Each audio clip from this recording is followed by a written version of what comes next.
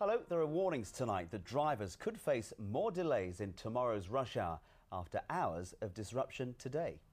Thousands of people were caught up in long tailbacks after incidents on two of the region's major roads. The problems started this morning on the A12 near Hatfield Peverel after a burst water pipe caused a pothole 4 feet long. At the same time, over on the A14 near Cambridge, some drivers were stuck for up to 5 hours following a lorry fire. Jonathan Park is there now. Yes, Susie, it's a very different commute home for many drivers around the Cambridge area today. This morning, this is a chaotic scene around here. I heard stories today that it took some people 5 hours to travel what would normally be a 20-minute commute. And it was all down to an accident or a lorry fire right over there, just past the Girton interchange on the westbound carriageway, which was certainly an eye-catching moment for several motorists. Dramatic shots taken by a passing motorist in the early hours, capturing the moment of explosion. This local resident was woken up by the series of bangs as the lorry turned into a fireball. It was a multi-load truck carrying building material to commercial cookers. Its contents littered the road. Thankfully, its driver escaped unhurt. The result, a day of chaos on the roads around Cambridge, with commuters facing severe delays. How long did it take in total? In total, well, I left Bedford at 7:30 this morning and I arrived here just after 12:30. That would normally take you? 5 hours. Normally takes me about 40 minutes. It's been a bit of a nightmare, really, sort of running the office and knowing what time to expect people in. More comments from you on these problems on the A14. And with the roads chock-a-block, the airwaves were busier than normal. Gradually, the ripple effect was going further and further, and we were hearing from people stuck in villages and obviously in the centre of Cambridge. And so, huge problems for people, and that's what they wanted to tell us. The lorry's journey ended just after the Girton interchange on the eastbound carriageway of the A14. The clean-up operation has lasted all day, but why did it take so long? We considered options, repairing the road surface, looking at closing off some of the lanes so that we can allow traffic to continue running and then go back and recover and resurface. However, due to the damage caused by the fire, that wasn't possible. People are getting used to delays on the A14, and with no sign of a long-awaited upgrade, this won't be the last time drivers phone in late for work. Now, you might just be able to see that the road has been relayed since this morning. Traffic moving nicely, of course, tonight. A burst water main in Hatfield Peverel in Essex tonight, in Essex this morning rather, caused 11 miles of tailbacks on the London-bound stretch of the A12. Now, tomorrow, I'm afraid you've got to expect more delays on that particular stretch of road, particularly in the rush hour. Here's Debbie Tubby.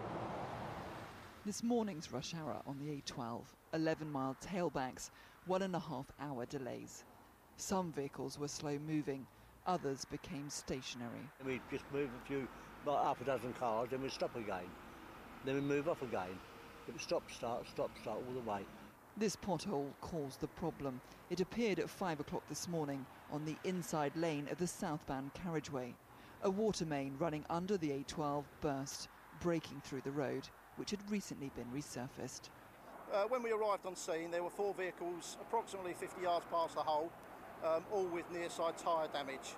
So to facilitate them moving on quicker than waiting for recovery, we changed 2 ourselves and the RAC helped us change another 2.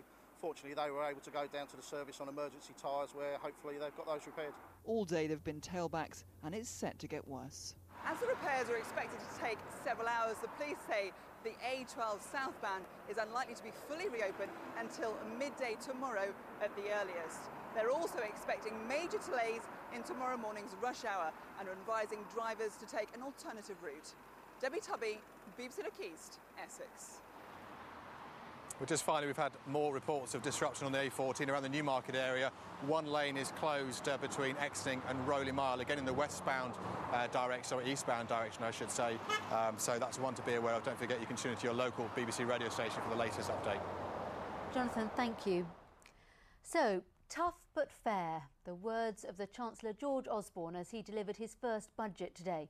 Among the headlines, an increase in VAT to 20%, a freeze in child benefit and cuts to child tax credits. There was also a national insurance break for small businesses, but our region is exempt. Our political correspondent Andrew Sinclair joins us from Westminster now. Andrew.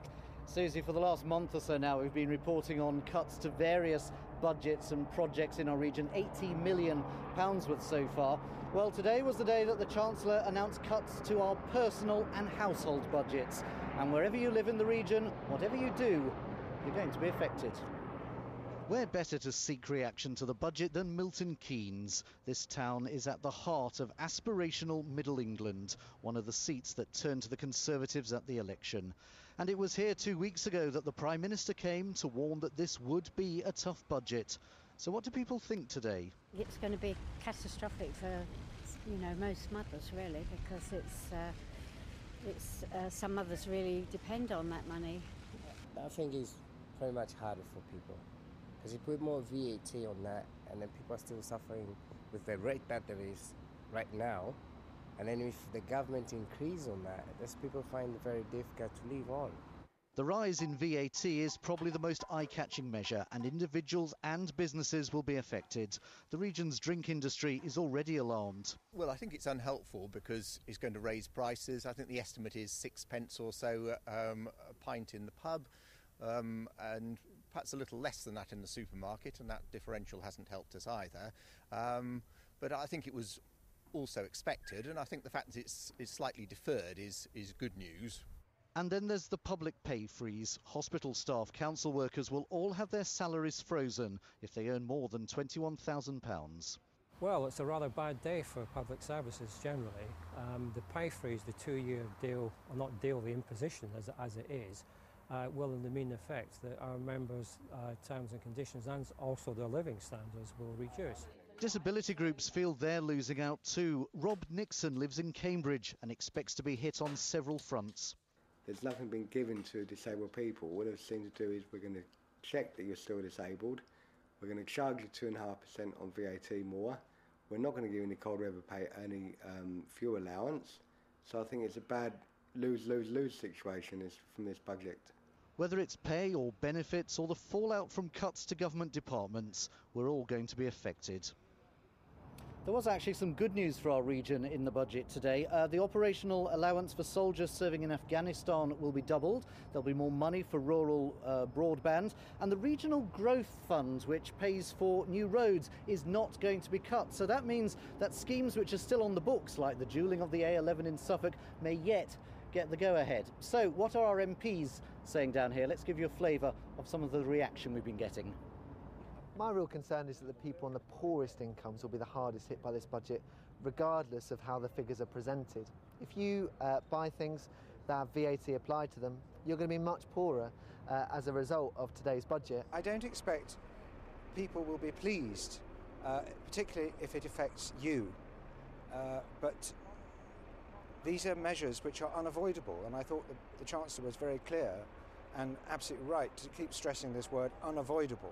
Well, less than 50 days ago, I'm seeking re-election in Colchester opposed to raising the level of VAT. So I'm not at all happy.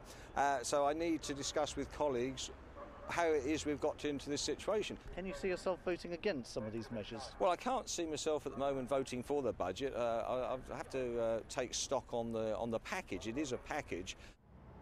Bob Russell clearly not happy there. Could this be the first sign of a crack in the coalition? We shall see. There'll be more on the budget in a special edition of the Politics Show this weekend. Thank you very much, Andrew. Meanwhile, Corby Borough Council is holding a special meeting